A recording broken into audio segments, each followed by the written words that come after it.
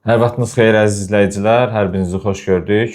Dünya çempionatı özəl buraxılışının növbəti seriyasını çəkirik. Bugünkü qonağım Kənan Məstəliyev olacaq. Dəyərli həmkarım, təcrübəli jurnalist Kənan, xoş gördük səni. Xoş gördük, çox sağ olun. Verilişə mövzulara başlamamışdan əvvəl qeyd edeyim ki, yəni bugünkü çəkilişimiz də yenə ənənəvi studiyamızdan kənardadır. Bu dəfə də Sumqayıtda Sokar Polimer Arenanın ofisində çəkiliş aparırıq. Hər dəfə, hər həftə bir fərqli məkanda çəkiliş ənənəmizə bu həftə də davam elədik. Kənan, dünya çempionatı davam eləyir. Artıq ilk raund geridə qalıb. Bəli. İkinci raund, ikinci dövrənin oyunları başlayıb. Dünən gecə və bu gün səhərə doğru 3 oyun artıq keçirildi. Oyunlara ayrı keçməmişdən əvvəl sənə bir ənənəvi bir sual verim ki, nə gözləyirdin bu dünya çempionatından, nə görmüsən bu günə qədər? Əslində gözlədiyimdən daha yaxşı keçir. Əməlidə mən ilkin təəssüratlarım o idi ki, dünya çempionatında klub komanda sayı artdığına görə bir qədər keyfiyyət aşağı düşəcəyini gözləyirdim. Keyfiyyət aşağıdır, bəli. Bu da yəni böyük yığmaların, yəni rəqiblərinin zəif olmasına uyğun olaraq bir qədər belə sürəti azaltılması, tempi azaltılması, bir qədər ehtiyatlı oynaması, rahat oynamasından irəli gəlir. Həm də elə komandalar var ki, onlar yəni səviyyəcə mütləq şəkildə səviyyəcə aşağıdırlar deyə onların oyunlarında oyunun tempinin aşağı olması normaldır. Amma ümumilikdə bir futbol bayramı olaraq olacağını gözləyirdim və mən deyim ki, gözlədiyimdən daha yaxşı olur. Çünki əslində Amerika, Birləşmiş Ştatlar, ABŞ yəni futbol ölkəsi deyil. Yəni biz ən azından bunu soker ölkəsidir. Yəni futbola da soker deyirlər. Yəni onların bu bayramın içinə girəcəyi, bu dünya çempionatının nə olduğunu hiss edəcəyini gözləmirdim. Amma futbol azarkeşləri bu görünüşü dəyişdilər. Necə? Məsələn, yəqin ki, izləyirlər izləyicilərimiz sosial şəbəkələrdə Şotlandiyalıların Bostonu ələ keçirməsidir, Şotlandiya azarkeşlərinin, Əlcəzairi azarkeşlərin Kanzası ələ keçirməsidir, yəni müsbət mənada ələ keçirməsidir. Və izlədiyim qədərlə sosial şəbəkələrdə Amerikalılar rəsmən yəni şokdadılar. Yəni ki, bir futbol bayramı, bir idman bayramını, hər hansı bir yarışı bu qədər həvəslə, bu qədər istəkli, bu qədər maraqlı eləməyin mümkün olduğunu düşünmürdülər və gözlədilərindən artıq bir şey alıb. Hətta bəziləri artıq videolarda deyirlər ki, dostlar, bundan sonra soker deyil, bundan sonra futbol deyəcəyik. Yəni nəzərə alsaq ki, adının nə deyilməyindən asılı olmayaraq, bu bizim bildiyimiz, qəbul etdiyimiz anlamda futbol oyunu Amerikada birinci dərəcəli idi. Orada basketboldan, xokkeydən, hətta Amerikan futbolundan, reqbidən, beyzboldan sonra bəlkə də bir 5-ci, 6-cı sırada gəlir kütləvilik baxımından, həvəs baxımından. Baxmayaraq ki, 94-cü il dünya çempionatında təkcə ABŞ-da təşkil olunmuşdu, amma yenə də o istənilən effekti verməmişdi. Amma bu il sanki bir balaca sən də qeyd elədiyin kimi daha müsbətə doğru bir dəyişiklik olur. Artıq oranın yerli cəmaatı da bu sokerə, futbola marağı daha da artır. Ola bilər ki, sosial medianın da rolu var da. Sosial medianın da rolu var. Çünki 94-cü ildə belə bu qədər geniş imkan belə yox geniş idi. bir imkanlar yox idi və artıq bir-birlərinə hamı gördü. Məsələn, bir şəhərə, Boston kimi bir şəhərə 10 min, 20 min Şotlandiyalı gəlib ələ keçirdilər. Hətta yəni qeyd eləmişdilər ki, Bostonda, şəhərdə həmin onlar Şotlandiyalı olduğu gün pivə qurtarmışdı. Yəni şəhərdə pivə yox idi. Təsəvvür elə. Yəni heç bir barda, hansı mağazinlərdə yoxdu, heç ada yox idi. Yəni onların bayram eləməyi, sonra gedib beyzbol maçında orada havanı düzəltmələri, yəni əməlli başlı mədəni şok yaşayırlar və artıq deyə bilərik ki, Amerika Birləşmiş Ştatları da bu futbol ailəsinə, futbol dünyasına artıq daha ürəklə qoşulur. O ailə bizim belə deyək, bizim ailəmizə daha çox daha rahat qoşulurlar. Kütləmiz artır. Ona görə də həm də bu çox şeyə təsir edir. Yəni mən düşünürəm ki, Amerikadan sonra o düzdür, Amerikadan kənarda bir-iki dənə ölkənin çıxma şeydə hər yerdə futbol olsa bayramdır. Amerikanın da qoşulması çox yaxşı oldu. Nə qədər çox olsa o qədər yaxşıdır. Futbol bayramı daha da böyük olar. Vurğuladın ki, bəzi böyük komandalar rəqiblərindən asılı olaraq bəzi tempi aşağı salırlar. Bizim gözlədiyimiz tərzdə məsələn ənənəvi alışdığımız, yaxşı oyun alışdığımız komandalar görmürük. Bu qarşındakı rəqibin kimliyindən də asılıdır təbii ki. Bir də burada sən necə düşünürsən? Bu rol oynaya bilərmi ki, güclərinə biraz qənaət eləmək, ən yaxşı üçüncülər də qrupdan çıxırlar və yaxud bu qrupun bəzən heç qrupun birincisi olmaq digər qrupda o çarpazlaşmada ona sərf eləmir, çalışır ki, bilərəkdən ikinci yer tutsun ki, oradakı rəqiblə qarşılaşsın. Yəni bu kimi amillərin də təsiri varmı burada? Şübhəsiz ki, var. Yəni bu daha çox qrupda yer tutmaqdan daha çox, yəni bu çempionat turnir başlayan kimi zədə ehtimalı, qırmızı sarı vərəq alma ehtimalı, yorğunçuluq ehtimalı. Çünki daha uzun marafondur. Daha uzun maraton 8-10 ildir də, düzdürmü? Yəni finala qədər. Finala qədər 8-10 ildir. Bu ayrıca bir elə bir ki, hər hansı bir məsələn Azərbaycan çempionatı bir dövrə kimi, təxminən bir dövrəlik bir məsafədir. Və nəzərə almalıyıq ki, bu dünya çempionatında iştirak edən ölkələrin, yəni əksəri deyək də, yığma komandalarının böyük hissəsi də Avropadan çıxan futbolçulardır. Yəni Avropada mövsümü bitirmiş futbolçulardır.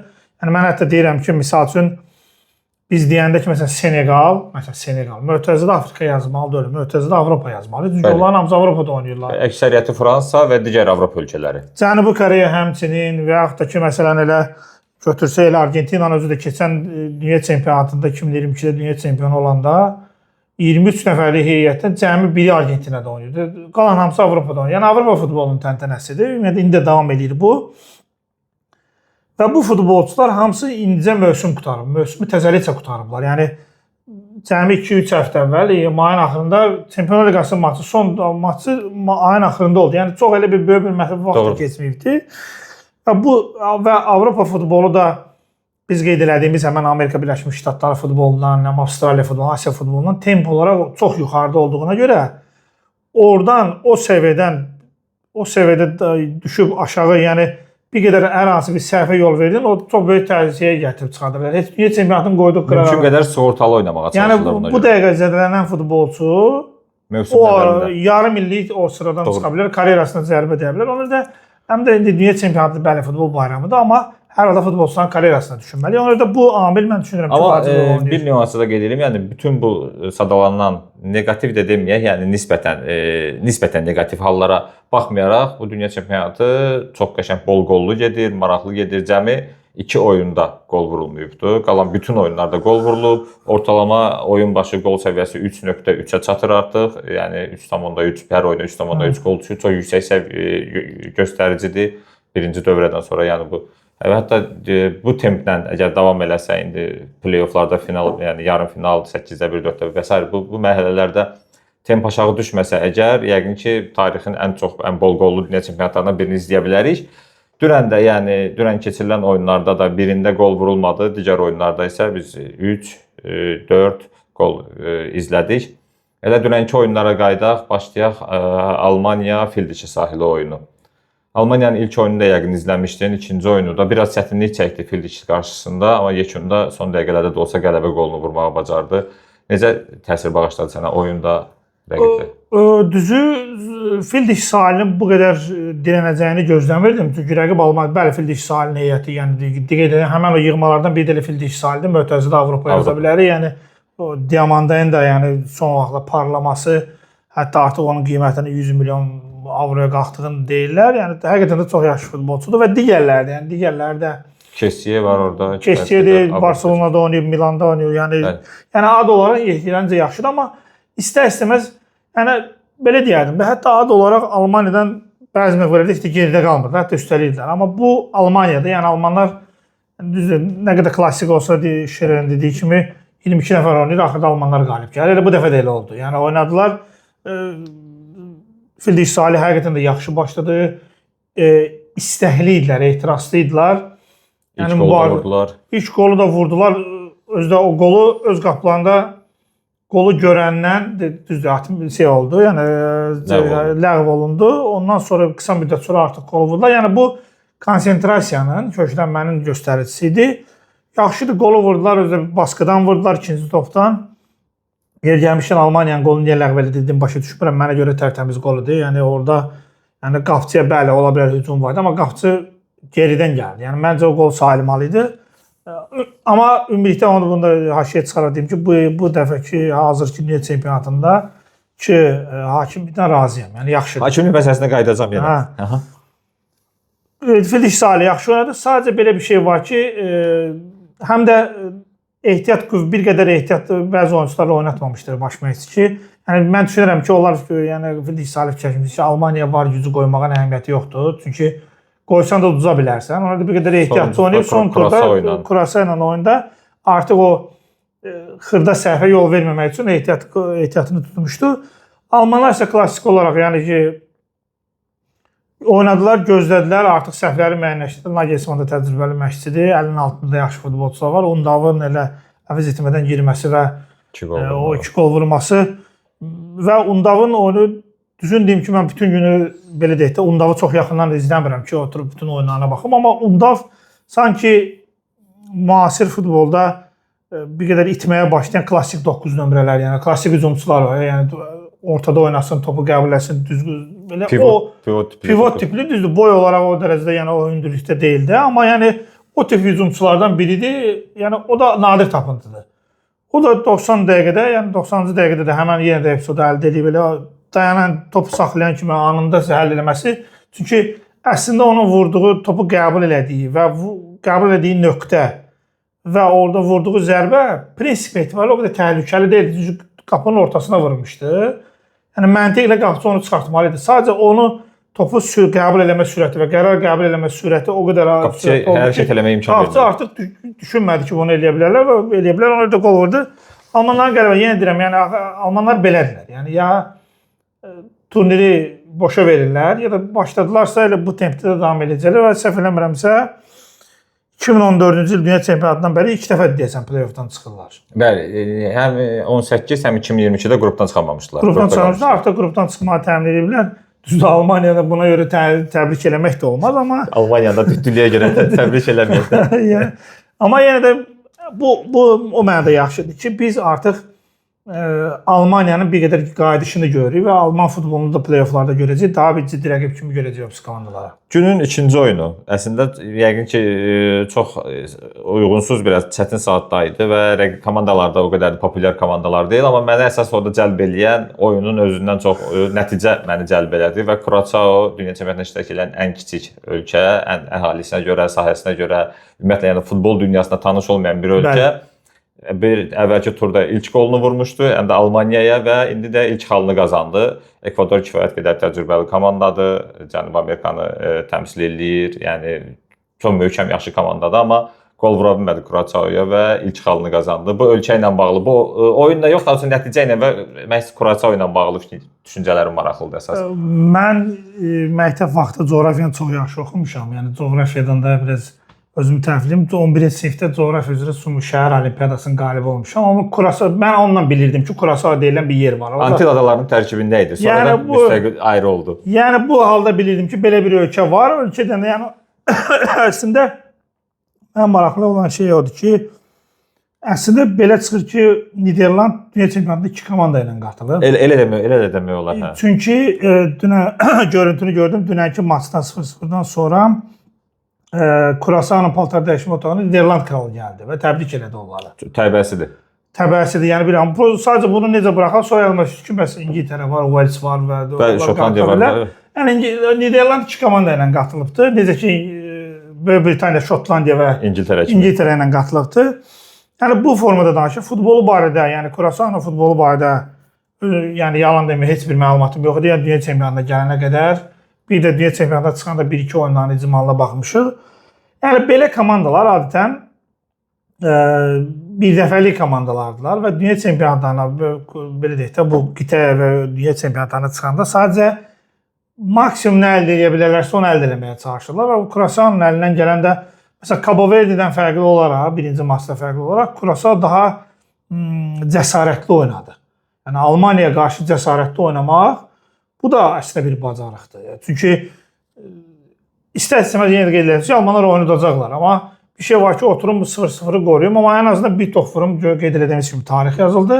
O bir top bəlkə də bu dəfə 0-0-ı qorumağa kömək elədi komandaya. Özgüvən. Oyuna tam baxmamışam, yəni gecə vaxtlarında, 90 dəqiqəsində baxmamışam. Amma Ekvadordan çıxış eləyə deyə bilərəm. Mən əslində Ekvadordan daha yaxşı çıxış gözləyirdim. Məsələ təkcə Curaçao'dan deyil. Ekvador bu seçmə mərhələdə Argentinadan sonra Cənubi Amerika Cənubi Amerika zonasında ikinci yerdən çıxdı qrupda. Digərləri hamısı 28 xal toplamışdı. Bir dənə bu 29 toplamışdı. Argentina 32 idi deyəsən. 6 komandanın 4-ü 28 xalla eyni xalla gəldilər. Bir dənə bu fərqlənirdi, bir də Argentina fərqlənirdi. Fərqləndiyi məqam da müdafiəsidir. Yəni, Ekvadorun müdafiəsi həqiqətən də çox etibarlı müdafiədir. Amma sən əgər müdafiəyə öyrəşərsənsə, müdafiə olmağa öyrəşərsənsə, 2 nömrə oynamağa, mövqe futbolu oynamağa öyrəşərsənsə, bunun üçün sən bu oyunlarda qalib gəlmək üçün rəqibin sənin üstünə gəlməsi lazımdır. Kurasan sənin üstünə gələn deyildi. Yəni bunu sən oturasan, gözləyirsən, o da orada gözləyir. 2 nəfər oturub gözləyir ki, kim nə vaxt vurdu. Məşhur bir tamaşamız var idi, vur-vurum. Vur-vurum məsələsidir. Nə o vurdu, nə bu vurdu. Ortada da 0-0'lar gözlənilən bir şey oldu. Yəni yenə deyirəm, bu Kurasan üçün çox böyük vurdu. Mən də elə düşünürəm. Bir də bir şey, bir söz və bir yüngülvari haşiyə kimi deyim. Məsələn, əvvəllər bu bir dəfəlik Şimali, Mərkəzi və Karib hövzəsi Amerika, yəni bu CONCACAF belə də qısaltması. CONCACAF-dan dünya çempionatına qatılım cəmi 3 kvota var idi və o 3 kvotanda adətən ABŞ, Meksika və üçüncünü kimsədə. Yəni ABŞ, Meksika demək olar ki, dəqiq idi, ya Kanada olurdu, ya Yamayka olurdu. Yamayka olurdu, Panama bir dəfə olmuşdu, yəni Costa Rica olmuşdu, yəni növbə ilə dəyişirdilər. Bu dəfə kvotalar ümumiyyətlə bütün konfederasiyalar üzrə kvotalar artırıldı və Şimali, Mərkəzi Amerika və Karib hövzəsinə də əlavə 3 kvota verildi. 6 və plus bir dənə də play-off şansı verdi. Digər konfederasiyaların birindən play-off şansı. 3 ölkə meydan sahibi olduğuna görə birbaşa qatılmışdı. Sonrakı 3 ölkə üçün nisbətən daha rahat oldu qatılmaq. Kurasanın bəxti bir də bəlkə də buna getdi. Bundan sonrakı dünya çempionatlarında artıq 6 komandanın arasında ola bilər ki, biz yenə də görə bilərik. Bəlkə də indi Yamaykanı görəcəyik, bəlkə də başqa ölkəni görəcəyik, amma bu 6 komandanın arasında bunları görə bilərik. Biraz say artırıldığına görə. Yəni belə bu komanda o verilən şansdan istifadə elədi, gəldi. Məncə, yəni mən buna qarşıyam, düzdür. Burada bir məqamlar çoxdur. Biz ümumiyyətlə dünya çempionatının 48 komanda olmasının müsbət və mənfi tərəfləri haqqında danışa bilərik. Yəni sırf futbol tərəfindən götürəndə, keyfiyyətli futbol tərəfindən götürəndə, yəni hətta 32 komanda belə çoxdur. Yəni 32 ancaq öyrəşmişdik ki, yəni o da çox sayıdır. Mən biraz bu məsələyə şeydən yanaşıram. Futbol keyfiyyəti öz yerində. Orada hardasa sənə razılaşaram, etiraz etmərəm, amma mən biraz daha çox olimpiyada ruhuna yaxınlaşdığını görürəm. Olimpiyada necə ki, məsələn, tanımadığımız ölkələrdən sırf Beynəlxalq Olimpiya Komitəsinə üzv olan ölkələr var ki, biz onları tanımırıq, idmançılar gəlir, ən azından bir rəng qatırlar, maraq qatırlar. Sözə qüvvətən mən o barədə yazı hazırlayıram, bəlkə də anonsu olacaq bu barədə. Yəni nə məsələdir? Biz əslində bizə söz var, dünya çempionatı. O söz bizi anladı. Nə mənada? Əslində bu dünya çempionatı deyil, bu dünya kuboku. Kubokudur, bəli. Kubokda digər idman növlərində başqa strukturla keçirilir. Yəni orada seçim mərhələ var deyə. Mən belə başa düşürəm ki, amma dünya çempionatı məsəl üçün deyək ki, judo üzrə dünya çempionatı. Oraya əgər misal üçün judo federasiyasının, Beynəlxalq Judo Federasiyasının 150 üzvü varsa, 150-sinin də gəlirlər. Yəni bütün Okeaniyadan, oradan hər yerdən gəlirlər. Çünki orada minimal tələblər qoyulur. Gəlirlər, orada iştirak edirlər.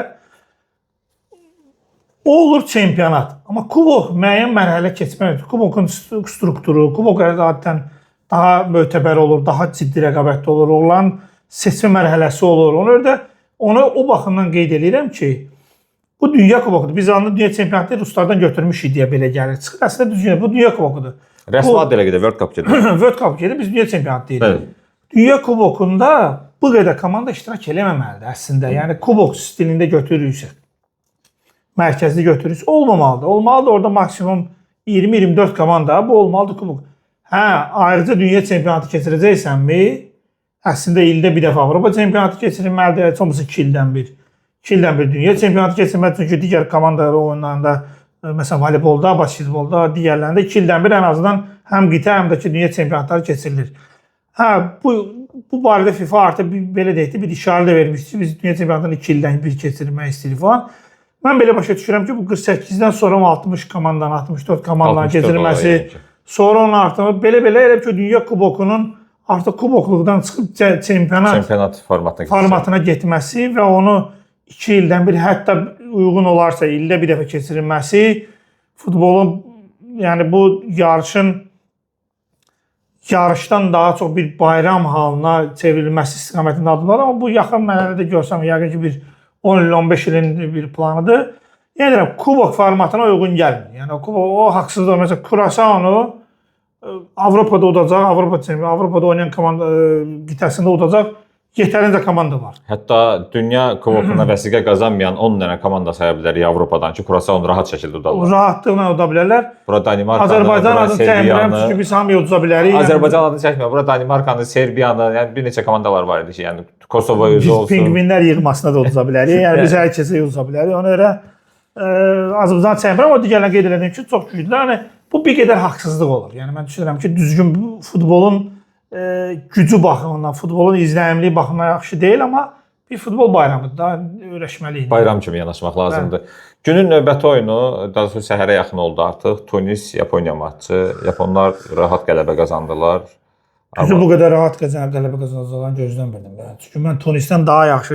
Düzdür, Tunis bir favorit deyil, yəni deyil, amma 0-4 də yəni biraz çox oldu. Onda belə başa düşürəm ki, biz mən bir ham haqqında danışıram. Mən Yaponlar haqqında o qədər ciddi fikirdə olmalı. Düzdür, Yaponlar da onlar da elə bir ki, mənə eləyər ki,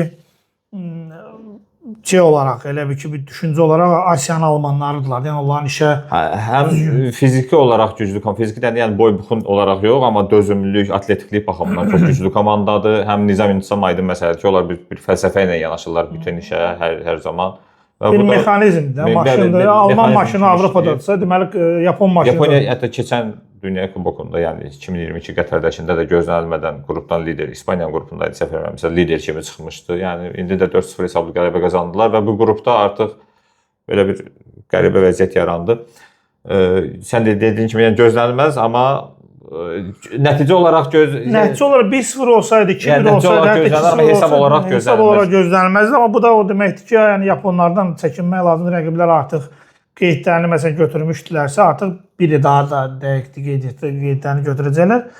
Yəni düzdür, həmişə belə olur. Yaponlar favorit, mütləq kimisə baş ağrı olacaqlar və yaxud da ki, hansısa məsələn Koreya baş ağrı olacaq və ya Senegal baş ağrı. Axırda yenə də yarımfinala standart komandalar çıxır. Yəni bu axır əvvəl yəni gəlib eyni şeylərə gəlib çıxır.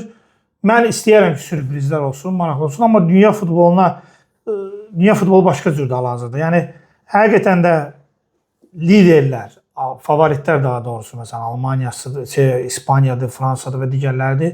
Onlar ciddi yanaşsalar heç kimin yarımfinala gəlmə ehtimalı yoxdur onlardan başqa. Ondan razıyam. Bir də məsələsində qaydaq ona, bayaq dedim hakimlik məsələsinə təzədən qaydacağıq. Bayaq sən qeyd elədin elə sayılmayan qol, Almaniyanın sayılmayan qolu. Ondan sonra gecə saatlarında Yaponiya-Tunis oyunda da top qapı xəttini keçməsində goal line texnologiyası tətbiq olunur. Topun içində çiplər var, o özü göstərir. Yenə də bir müzakirə oldu.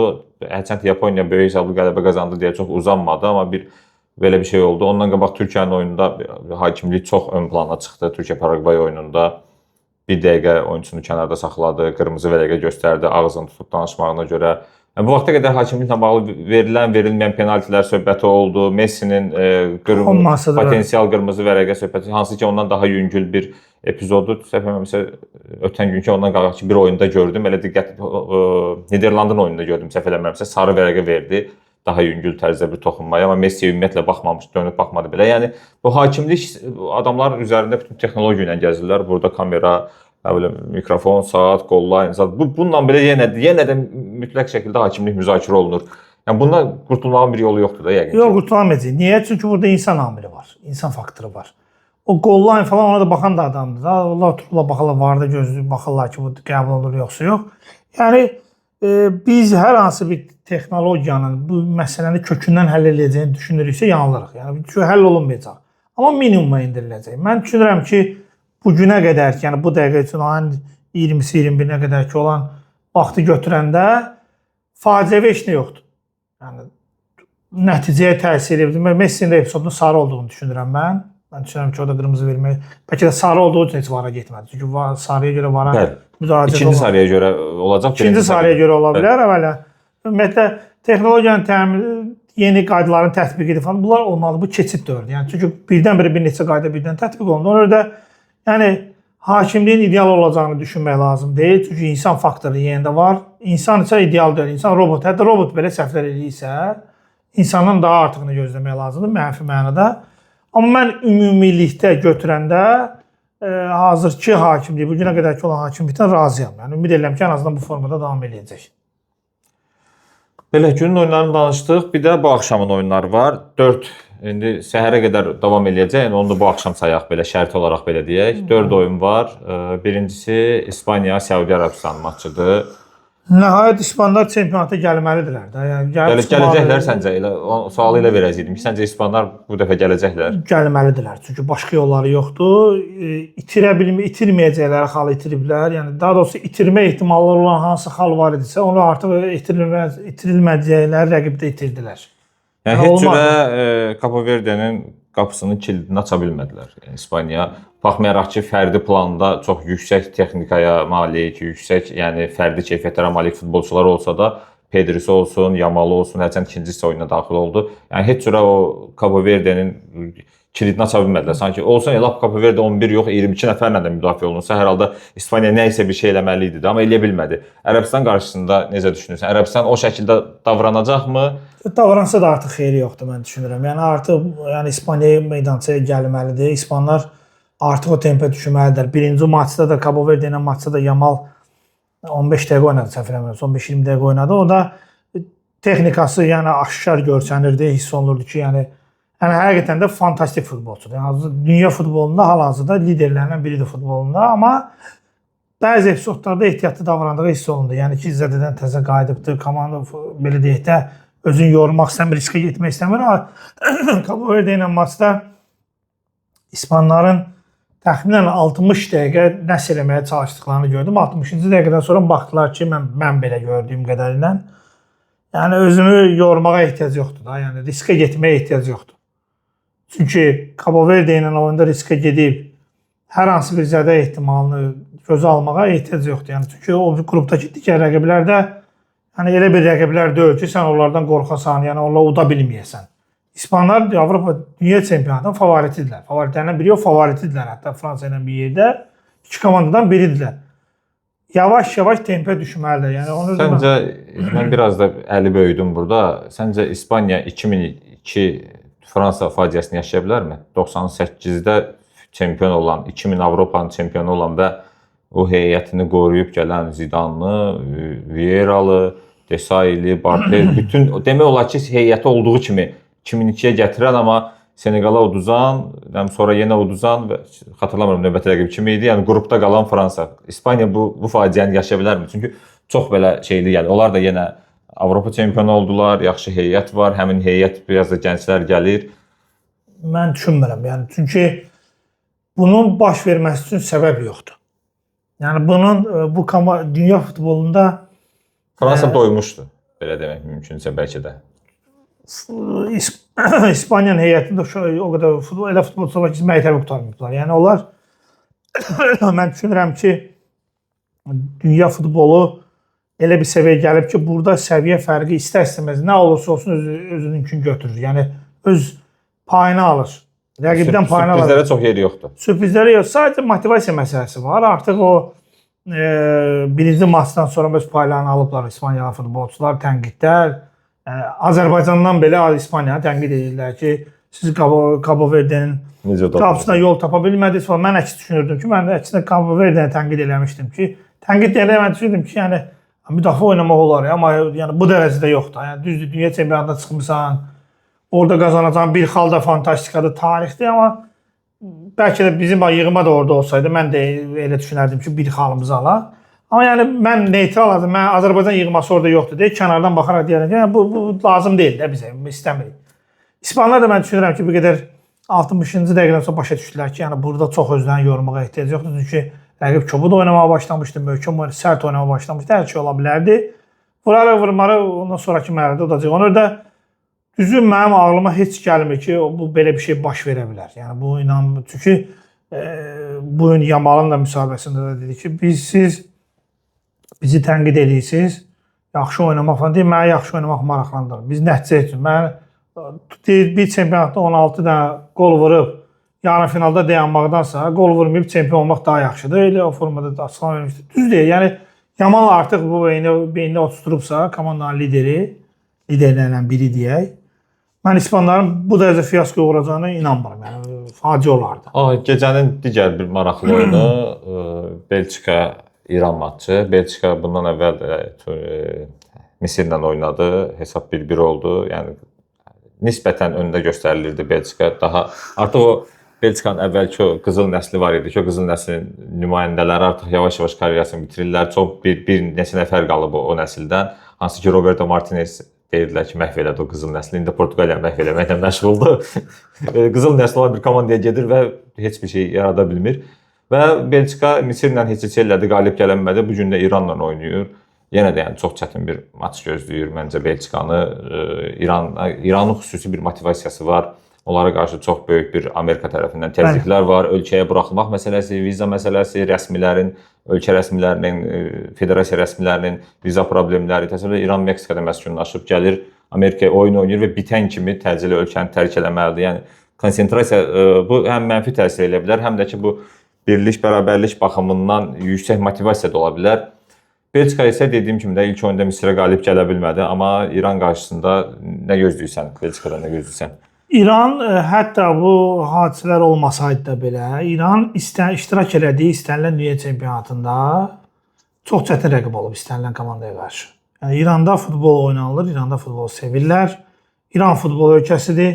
Yəni bunu qeyd etmək lazımdır. Asiyanın da həmişə ən yaxşı komandalarından biri olublar, həmişə favoritlər qismində olublar.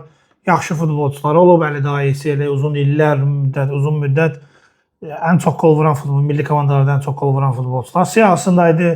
Yəni İran futbol ölkəsidir. Müasir futbolda da yəni Taremi olsun, Azmun düzdür, siyasi məsələlərə görə milliyə çağırılmır. Sərdar Azmun olsun, Taremi özü olsun, yəni kifayət qədər yaxşı dünya səviyyəli futbolçular var İranda. Yəni İran elə heç yəni qeyd etdiyim kimi, yəni bu siyasi məsələlər olmasaydı da belə Belçika-İran maçında Belçikanın işin asan olacağını heç kim deyə bilməzdi. İran yaxşı komandadır, yaxşı futbolçuları var, öz sistemləri var, möhkəm komandadılar və bu oyunda əgər Belçika xal itirsə, hətta məğlub olsa, mən təəccüblənməyəcəm. Yəni bunu normal qəbul etmək lazımdır. İranlılar da bu çempionata qeyd etdiyim kimi, yəni o mən düşünürəm ki, bu onlar üçün motivasiyadır. Yəni oyun qutaran kimi yığışıb getmək normal, ona öyrəşə bilərlər, çətin bir şey yoxdur. Əksinə motivasiya olar ki, siz bizi qovursunuz, biz sizə sübut edəcəyik. Ona görə Belçika-İran maçı izləmək baxımından, yəni futbol baxımından çox yaxşı maç olacaq. Məncə də gecənin ən maraqlı oyunların özü saat 11-dədir bizim üçün də. Çox ideal vaxtdır. İdeal vaxtdadır, baxmaq olar. Çempionlar Liqası vaxtıdır qaqqaq. Əsl Çempionlar Liqası vaxtı, doğrudur. Uruguay Cape Verde oyunu. Məncə Cape Verde'nin artıq Vojinyanın qollarının qol hesabını açılacaq. O şansını istifadə elədi də. Yəni mən düşünürəm ki, Uruguay o səhvə yol verməyəcək. Yəni artıq o İspanların o yol verəcək, səhvə yol verməyəcək. Çünki Cape Verde ilə xal itirmək Uruguay sərf eləmir. Çünki növbəti turda İspanlarla oyun var. Ona görə də ehtiyatlı olmaq lazımdır. Mən düşünürəm ki, böyük hesablı nəticə qeydə alına bilər. Hətta. Və gecənin səhərə yaxın son oyunu Yeni Zelandiya Misir oyunu. Bu qrup çox maraqlı qrup idi. İlk oyunda hamısı heç eləmişdilər və hamısının bir xalı var idi. Yeni Zelandiya İranla heç eləmişdi, Belçika Misirlə heç eləmişdi. İndi Belçika İranla, Yeni Zelandiya da Misirlə. Yəni maraqlı qrupdur ki, hamısının eyni dərəcədə qrupdan çıxmaq şansı var. Yəni mən Yeni Zelandiyanı İranla heç eləsə maraqlı gəldi. Çünki yəni Yeni Zelandiyadan demək olar ki, heç kimi tanımıram. Çox rəqabətsiz bir ortamdan gəlirlər. Yəni deyəsən Tim Payne tanıyırıq ki, o da Instagramına görə deyəsən bir futbolçu var idi. Onun Instagramındakı izləyici sayı artdığına görə, yəni başqa elə bir xüsusi futbol ölkəsi olaraq da şeydən gəlirlər, rəqabətsiz bir ortamdan gəlirlər. Hansı ki Avstraliya oranı tərk elədi. Dedi ki, yəni mən burada oynamaq istəmirəm, çünki burada heç bir rəqabət yoxdur. Məni zəiflədir, gedirəm Asiyaya. Amma Yeni Zelandiya qalıb odur və Okeaniyanın xırda ada dövlətçikləri. Yəni amma gəldi İranla heç elədi. Çox da maraqlı şən bir futbol oynayırlar, yatmırlar, oturub söykənmirlər, yəni onu İranın passivinə yazmaq lazımdır. Mən düşünürəm ki, yəni burada Zelandiyanın aktivindən çox İranın passivinədir. İran da artıq yəqin ki, o belə digərləri kimi özünü bir qədər favorit edir. İngiltərədə Championshipdə Amerika MLS adda oynayan oyunçuları var. Yeni Zelandiyanın. Yəni çox da yəni belə şey bizim ola bilsin ki, yəni biz daha çox indi xüsusilə biz yəni Avropalı Azərbaycanlılar daha çox böyük beşlik ölkələr diqqət mərkəzimizdədir. Bir buradan gedənlər hansı ki Ərəbistan'a da gedən oyunçular bizdir. Amma yəni məsələn amma biz axı heç bir dənə oyunçuları çəkə bilməliyik də. Yəni 1-2 dənə oyunçu hətta biz jurnalist olaraq düzdür, biz hər şeyi bilə bilmərik. Yəni bizim beynimiz yəni robot deyil, kompüter deyil. Amma yəni biz yadımıza salmadan axtarış, beynimizdə axtarış vermədən adam oyunçunun adını çəkə bilmiriksə, yəni deməli bu komanda o səviyyədə deyil. Mən burada tanıdığım bir dənə oyunçu var, Tyler Bindon. O da niyə onunla bağlı ayrıca bir video çəkəcəm. Mənim o tək solo formatıma uyğun bir mövzudur. Anası da dünya çempionatında oynayıbdı. Hə, qapıçı olub anası. Anası da qapıçı olub və oğul da dünya çempionatında oynayacaq. Yəni Belə bir tarixdə bir ilişdi. Futbolun özündən kənardan bir şeylər. Yəni dedim ki, o Instagram falan belə şeylərdir. Yəni futbol olaraq çünki o futbolu əslində futbol o qədər çoxdur ki, məsələn başqa vaxtı məsələn bir 20-30 il əvvəl bizə Yeni Zelandiya çempionatının oyununu göstərsəydi, oturub hamısına baxacaqdıq. Yəni çünki heç nə alternativimiz yox idi. İndi Yeni Zelandiya çempionatına indi baxa bilərik. İstəsək telefonla açıb canlı baxa bilərik. Amma bizim nəyimizə baxmırıq da. Yəni indi futbol çox doludur. Ölkə çempionatları var, Çempionlar Liqası var, Millətlər Liqası var, milli səviyyəsində seçmə mərhələlər var. Həddindən artıq çoxdur. Həddindən artıq çoxdur. Ona görə futbolun izlənildiyi, məsələn bu dünya çempionatı ilə bağlı mən qeyd etdiyim bir şey var, qeyd etmək istədiyim bir şey var. Dünya çempionatı deyirlər ki, dünya çempionatı maraqsız olub. Məsələn, maraqsız olub, bəli, razıyam maraqsızdır. Niyə? Əvvəllər dünya çempionatları dünya çempionatında futbola trend yaradırdı. Yəni nə mənada? Misal üçün Braziliya gəlir. Braziliyalılar və məsələn 70-ci illərdə, 60, 70, 80-ci illərdə transferlər o qədər də geniş yayılmış bir məfhum deyildi də, məsələn futbolçuların transferi. Ona görə də misal üçün Braziliya yığması gəlirdisə, o yerli Braziliya çempionatından olan futbolçuların bir komandası olurdu. Braziliya kimi ölkədə oynanan futbolu gətirdilər dünya çempionatına. Biz baxırdıq ki, Braziliyada futbol Argentina oradan gətirirdi, Amerika buradan gətirirdi, Asiyadan məsələn misal üçün deyirəm, Yaponiya gətirirdi, Rusiya buradan gətirirdi. Müxtəlif oyun tiplərini, oyun fəlsəfələrini biz izləyirik. Afrikadan Afrikanların futbolu. Deməli ki, bütün ölkələr monoton idi. Xaricdə oyunçular yox idi. Hamısı daxili çempionatda oynayan oyunçular. Hamısı o şeması idi öz futbollarının. Və onlar gəlirdilər və o dünya çempionatında oyun göstərirdilər. Misal üçün Braziliya gəlib yaxşı oynayırsa, maraqlı oyun oynayırsa, artıq hamı məşqçilər də dəftərlərini qayıdına qoydular ki, məsələn gördünüz Braziliya belə oynadı. Trener bunlar gəldilər misal üçün yarı finala qədər gəldilər. Bu bir yenilik idi.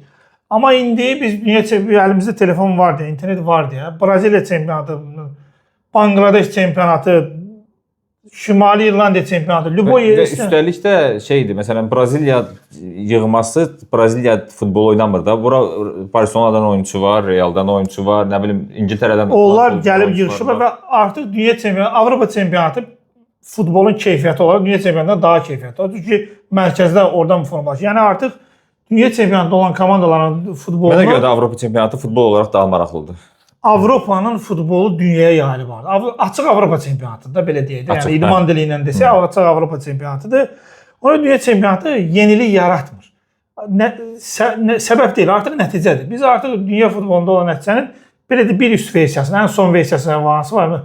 Falan Pro Max, yəni məsələn variantına baxırıq.